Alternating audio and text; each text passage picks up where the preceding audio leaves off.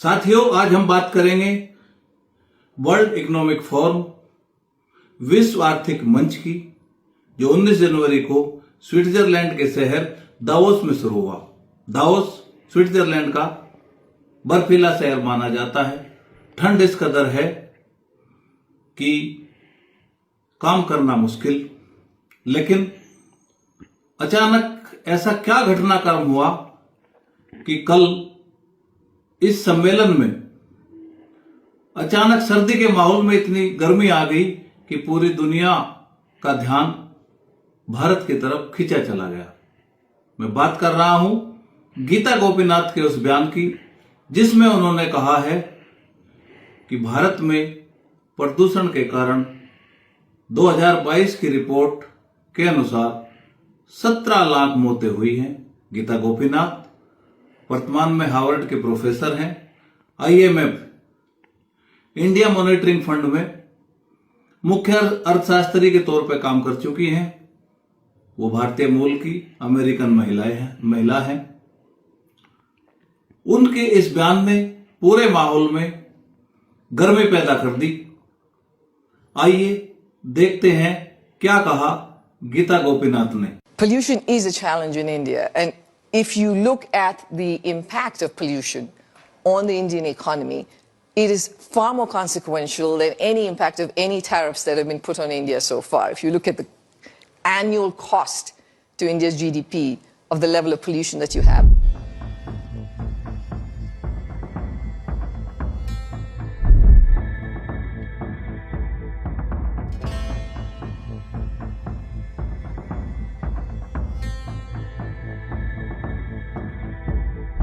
Well, I assume that this is not just a committee for its own sake, but the hope is that it's going to come up with actual actionable plans. Yes.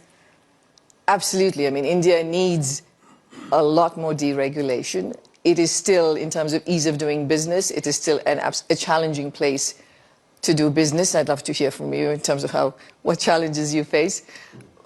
So taking out more and more of the archaic rules that have held back business is absolutely critical.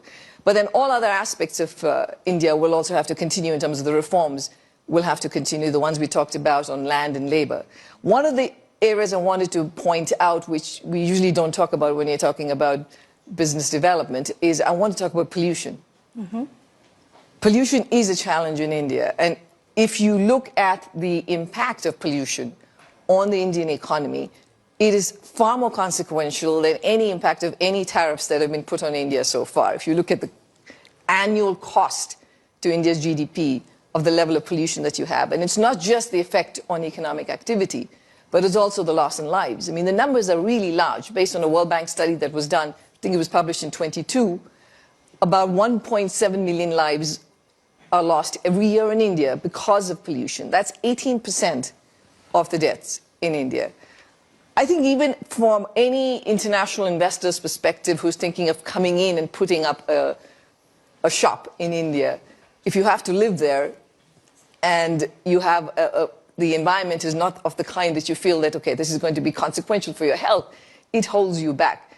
And obviously, not to say, but all the Indians that are living in this kind of pollution. So addressing that on a war footing is critical. I mean, this has to.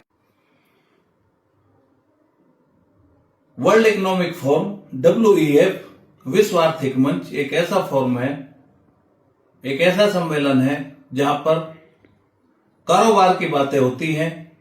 एक साल के लिए दुनिया के स्तर पर नीतियां बनती हैं।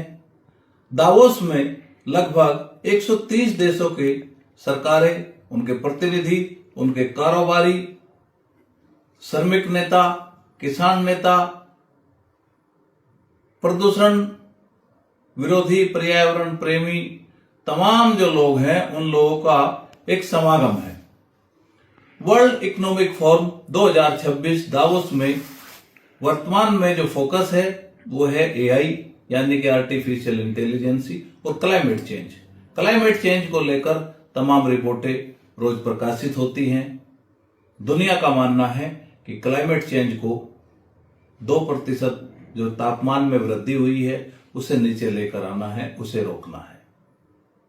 वर्ल्ड इकोनॉमिक फोरम में बातें हो रही हैं सौर ऊर्जा की, स्वच्छ ऊर्जा की। वहां पर मौजूद है दुनिया भर की सरकारें। कल दावोस का माहौल इसलिए भी गर्म था कि वहां पर अमेरिका के राष्ट्रपति डोनाल्ड ट्रंप भी मौजूद थे। ग्रीनलैंड पर उनकी चर्चा थी। पूरी तैयारी के साथ अमेरिकी सरकार वहां पर है। भारत की सरकार भी वहां पर मौजूद है। कई राज्यों के मुख्यमंत्री और राज्यों के अधिकारी वहां पर निवेश को आकर्षित करने के लिए जी तोड़ मेहनत कर रहे हैं। महाराष्ट्र के मुख्यमंत्री, आंध्रा के मुख्यमंत्री, मध्य प्रदेश के मुख्यमंत्री, तमाम लोग वहां पर निवेश लाने के लिए कसरत कर रहे हैं। महाराष्ट्र में 2500 करोड़ के निवेश का एक एमओयू भी साइन हुआ है। लेकिन अचानक इस पूरे माहौल में हार्वर्ड के प्रोफेसर गीता गोपीनाथ ने अचानक ही गर्मी ला दी। पूरी दुनिया का ध्यान पूरी तेजी से भारत की तरफ गया। अभी आपने सुना गीता गोपीनाथ का वो बयान जिसमें वो कह रही है कि भारत का जो प्रदूषण है ये केवल स्वास्थ्य और बीमारियों तक सीमित नहीं है, ये अर्थव्यवस्था को नुकसान पहुंचाता है। इससे व्यक्तियों के कार्य करने की क्षमता घटती है, इलाज पर ज्यादा खर्च होता है। 30 लाख करोड़ का नुकसान का आकलन लेसेंट की रिपोर्ट में बताया गया। किस तरह से यह अर्थव्यवस्था को प्रभावित करता है। दूसरी बात, आज भारत दुनिया से निवेश आकर्षित करने के लिए तमाम प्रयत्न कर रहा है, निवेश हो भी रहे हैं। लेकिन जब कोई इन्वेस्टर कोई निवेश करता, किसी देश में निवेश करता है तो वो वहां की पर्यावरण पॉलिसी और पर्यावरण की स्थिति को भी देखता है, क्योंकि उसको वहां रहना पड़ता है। बहुत सारे निवेश देश में हो रहे हैं, लेकिन बहुत सारे निवेश प्रदूषण के कारण वापस भी जा रहे हैं। गीता गोपीनाथ ने कहा कि ये जो दुनिया में व्यापार युद्ध है और जो दुनिया में टैक्सेज हैं, जीएसटी हैं, तमाम चीजें हैं, उनसे भी बड़ा खतरा उद्योग के लिए, कारोबार के लिए पर्यावरण बन चुका है। ऐसी स्थिति में हर 5वां आदमी पर्यावरण जहरीली हवा से पीड़ित है। 17.5 लाख मौतों की जो बात हुई है उस पर लेसेंट की क्लाइमेट चेंज की रिपोर्ट जो 2025 में आई है वो भी प्रमाणित करती है कि इतनी मौतें हुई हैं। तो साथियों, देश के संविधान का हनन पर्यावरण प्रदूषण के कारण कुछ उद्योगपतियों द्वारा कैसे किया जा रहा है। भारत में तमाम पर्यावरण प्रेमी पिछले लंबे समय से सरकार का ध्यान पर्यावरण की तरफ आकर्षित कराना चाहते थे, लेकिन सरकार है कि सुनती नहीं। उसको आवश्यकता है बड़े बड़े उद्योग की, बड़े बड़े रोजगार, क्योंकि रोजगार क्रिएशन करना है। दावोस में भी इस पे चर्चा हो रही है कि नए जॉब कैसे क्रिएट हों। विकास और विनाश साथ साथ चलता है, लेकिन विकास और सत्यानाश साथ साथ नहीं हो सकते। आज पूरी दुनिया में भारत पर्यावरण के मामले में बदनाम हो चुका है। आज हर टीवी चैनल, हर मैगजीन, हर वेबसाइट पर भारत का नाम है। 17 लाख मौतों का मतलब हर 5वां 6वां व्यक्ति जहरीली हवा के कारण मर रहा है। आज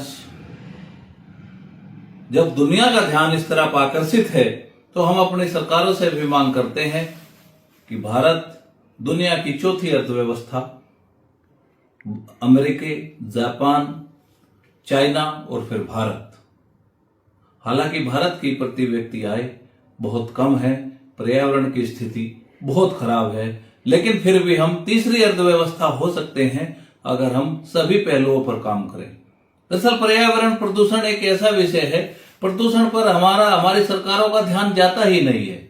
17 लाख मौतों का मतलब है कि संविधान की धारा 21 जिसमें जीवन जीने का अधिकार हर व्यक्ति को है, आज संविधान भी खतरे में है, क्योंकि उसके जीवन को जहरीली हवा से दूषित करके धीमी मौत दी जा रही है।